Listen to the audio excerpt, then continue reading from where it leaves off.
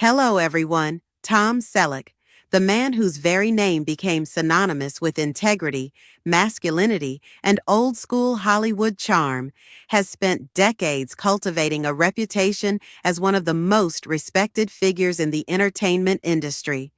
A star who seemed incapable of scandal, who radiated quiet confidence instead of arrogance, and whose iconic roles in Magnum P.I., Three Men and a Baby, and Blue Bloods made him both a television legend and a household name. But beneath that easygoing smile and gentlemanly demeanor, there's a story few fans ever knew.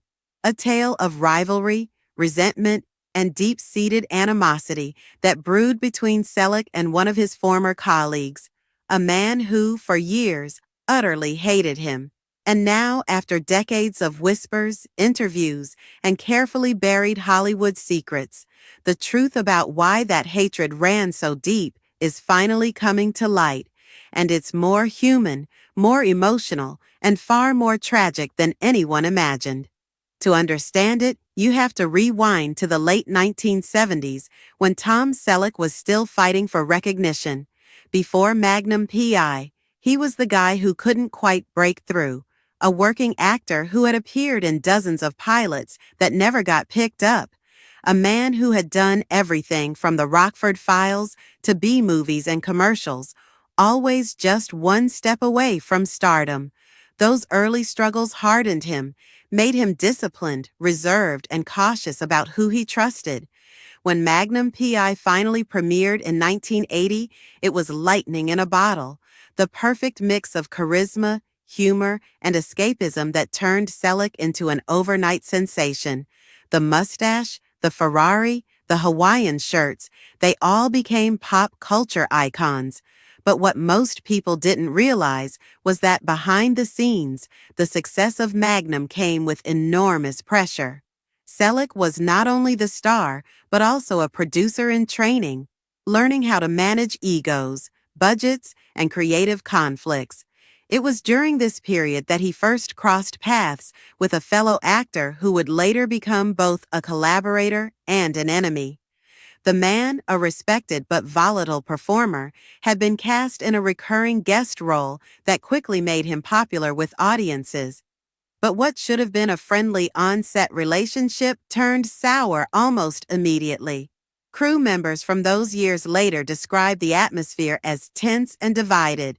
Selleck, meticulous and soft-spoken, versus his co-star, fiery and unpredictable. Where Selleck followed the script and expected professionalism, the other man thrived on improvisation and chaos. Their personalities were oil and water, and every rehearsal became a subtle battle for dominance. At first, the feud stayed quiet, limited to rolled eyes and sarcastic remarks, but as Magnum P.I. continued to dominate the ratings, the resentment grew.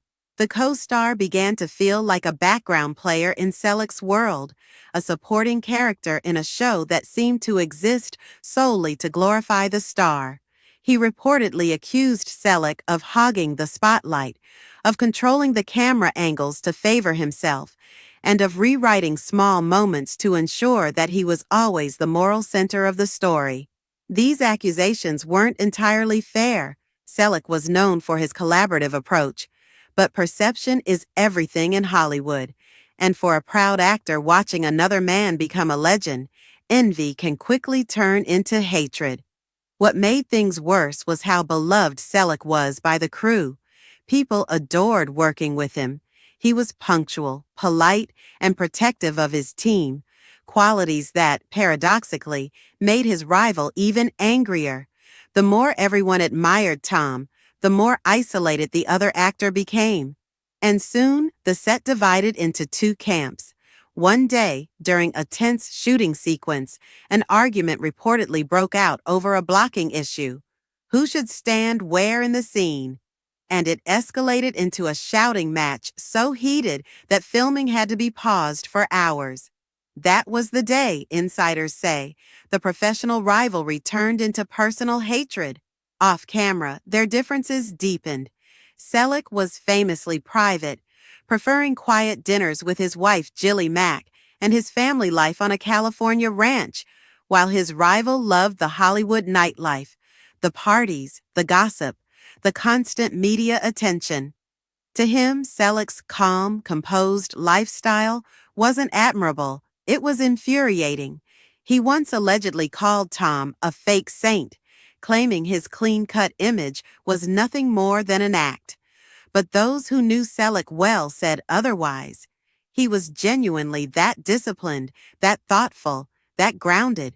He avoided scandal because he refused to play the game, and in a city built on excess that made him both admired and misunderstood. The feud extended beyond Magnum, PY, and into later projects. When both men were cast in separate network productions during the late 80s, there were rumors of one bad-mouthing the other to producers, trying to block casting opportunities.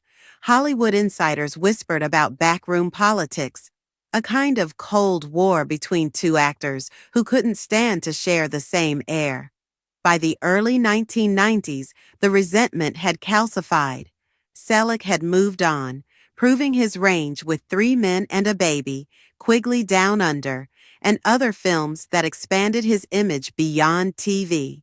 Meanwhile, his old rival's career began to falter. Offers dried up, his reputation for being difficult preceded him, and soon he was struggling to stay relevant in an industry that had moved on. That's when the interviews started. Cryptic comments in entertainment magazines, veiled jabs at a certain actor who pretends to be nice but isn't. The quotes never mentioned Selleck by name, but everyone knew who was being referenced. And then, years later, the truth began to leak out in memoirs and insider retrospectives. The root of the hatred wasn't one argument or one betrayal. It was jealousy, plain and simple. The rival actor couldn't stand that Tom Selleck's success came not from manipulation or scandal, but from humility. He was the kind of man who didn't need to play politics to win. His presence, his natural decency, did it for him. Hollywood rewards charisma, but it rarely rewards grace, and Selleck had both effortlessly. That quiet power made those who lacked it feel small. What's even more tragic is that Selleck himself wasn't unaware of the animosity. He just chose to take the high road. Colleagues from Blue Bloods have said that he often used that painful chapter of his career as a lesson for younger actors, reminding them that success will always attract envy and that the best response is silence and consistency. Wack he once said in an interview, "You don't owe everyone your friendship, but you do owe them respect." It was a subtle but profound statement, a reflection of a man who understood that dignity is the ultimate defense. In later years, as his rival aged and his career declined, he reportedly softened. In one unguarded moment, he confessed in a podcast interview that he misread Selleck for decades. "I thought he was arrogant," he said, "but now I realize he was just disciplined. I hated him because I wasn't those words, simple as they were, carried the weight of years of bitterness and lost friendship." For Selleck, it was quiet vindication. Not a victory, but a kind of closure. Because, in truth, Tom Selleck never hated anyone back.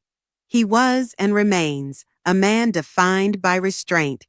Even as Hollywood evolved, even as others chased headlines, he stayed true to himself. And maybe that's why his story and the hatred he endured resonate so deeply today. It's not about a feud between two men. It's about what happens when someone's grace exposes another person's insecurities. It's about how decency can be misinterpreted as arrogance in a world addicted to noise. And in the end, it's about how a man like Tom Selleck survived decades of envy, false rumors, and bitterness without ever losing his composure. He didn't need to defend himself. Time did that for him, and that, ultimately, is why the man who once utterly hated Tom Selleck finally had to face the truth. You can't destroy someone who's at peace with himself. The reason for the hate wasn't in Selleck's character. It was in his rival's reflection. Thanks for watching.